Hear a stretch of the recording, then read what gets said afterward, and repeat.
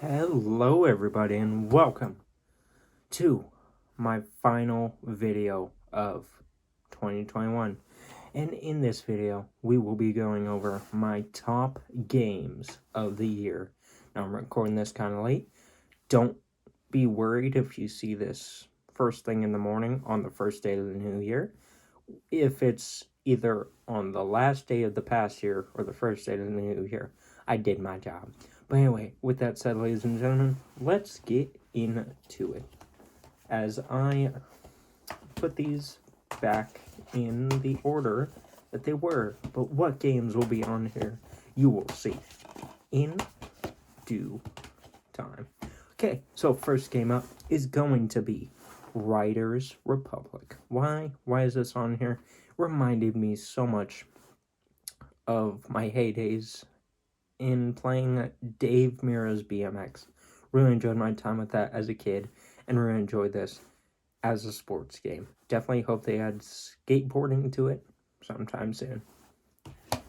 Then after that, we got Far Cry 6. Why? Why is it second on the list?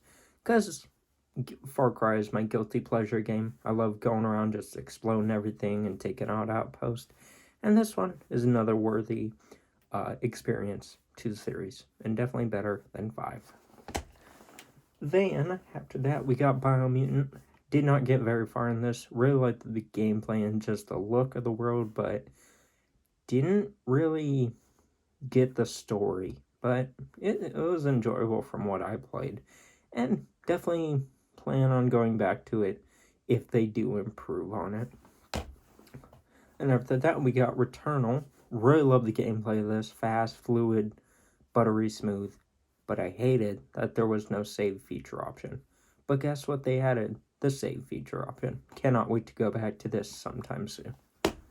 Then, after that, we got Zelda Skyward Sword.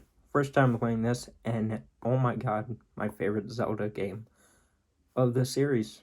Really love Ocarina of Time, but this one, whew, this one does it right. And I hope Breath of the Wild 2 adds combat like this to where you don't need to worry about your sword breaking or whatever. You just use the same weapon that you pick up and the same shield, and you don't have to worry about it, because that makes the game more enjoyable. Crazy. But yeah, definitely can't wait to go and finish this.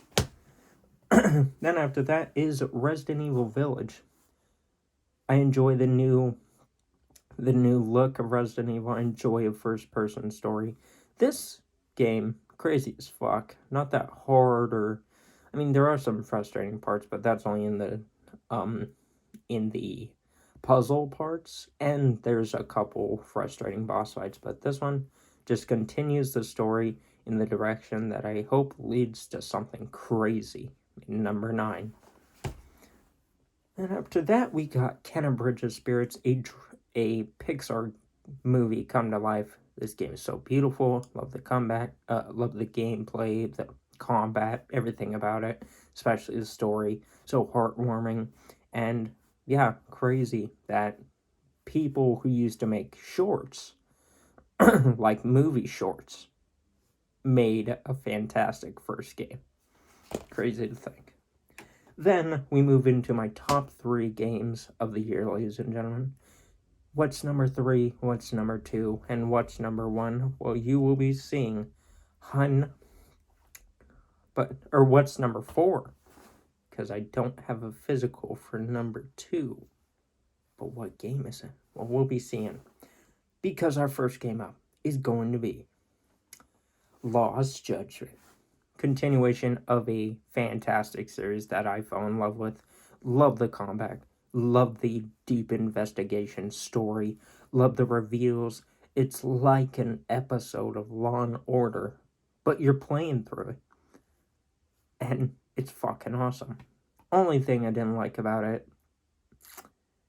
gotta say, is, I don't know, I kind of wish it had a bigger reveal at the end. You know, not just like, cut print, we solved the case. I kind of wish there was like more surprise reveals. And yeah, but that's the only downside about this game. But definitely do play this if you haven't. And I really hope we get a third one, because if not, that's going to be a damn shame.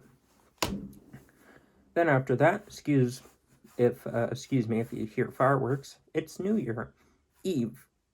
So, yeah. But then after that is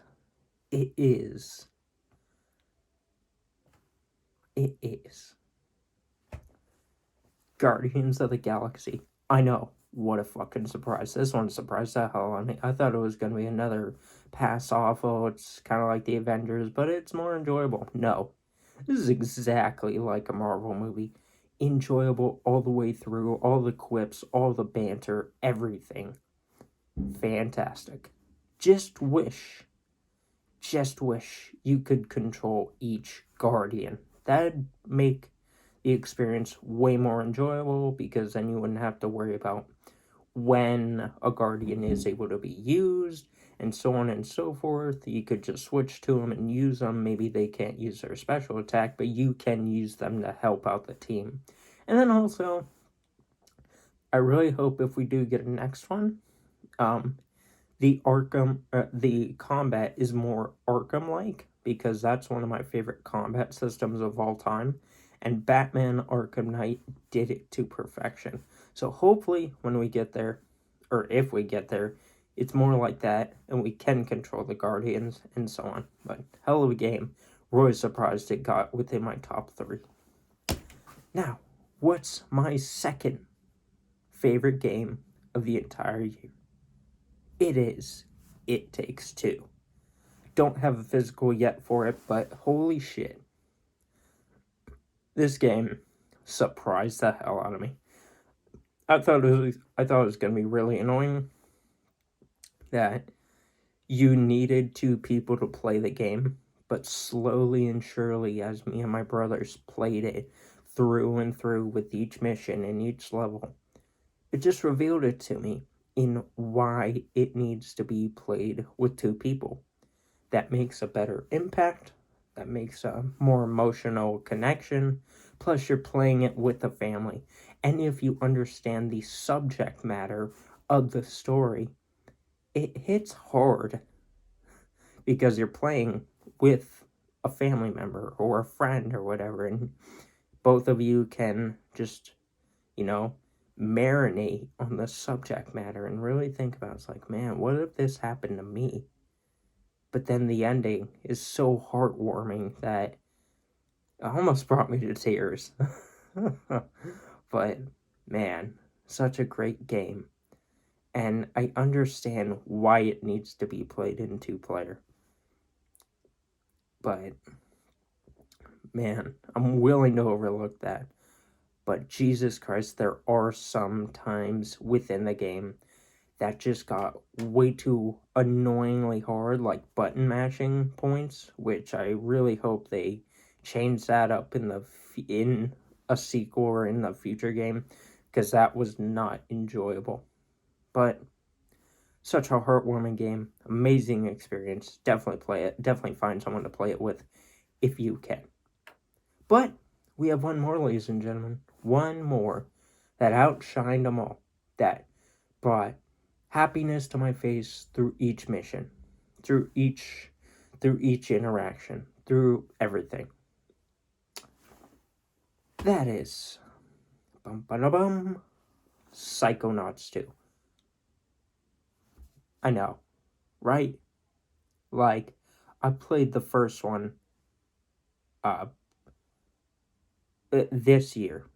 I played a little bit of it when I originally picked it up a couple years ago, but I beat it this year, earlier, preparing for this. And man, I just love the world, the characters, everything about it, the emotional connection you have to each character, and the lessons you learn, like, oh, well, if we act this way in front of one person, and then act this way in front of another person, are there really just one of us, or are there multiple versions? And lessons like that throughout this really make me enjoy the game and really think about it, and really like just makes you think. Is like, should I work on my presentation on myself, or should I just keep going on how I'm doing? Because that is true. You act differently in front of different people, but which one is the real you? You don't know until you know. But man, fantastic game, fantastic ending, and yeah, this my game of the year for 2022. Now, with that said, ladies and gentlemen, have you played any of these games on my top games of the year for 2022? Please let me know down below. And with that said, I hope y'all have a fantastic new year, or had a fantastic new year. And with that said, see y'all next year, and bye-bye.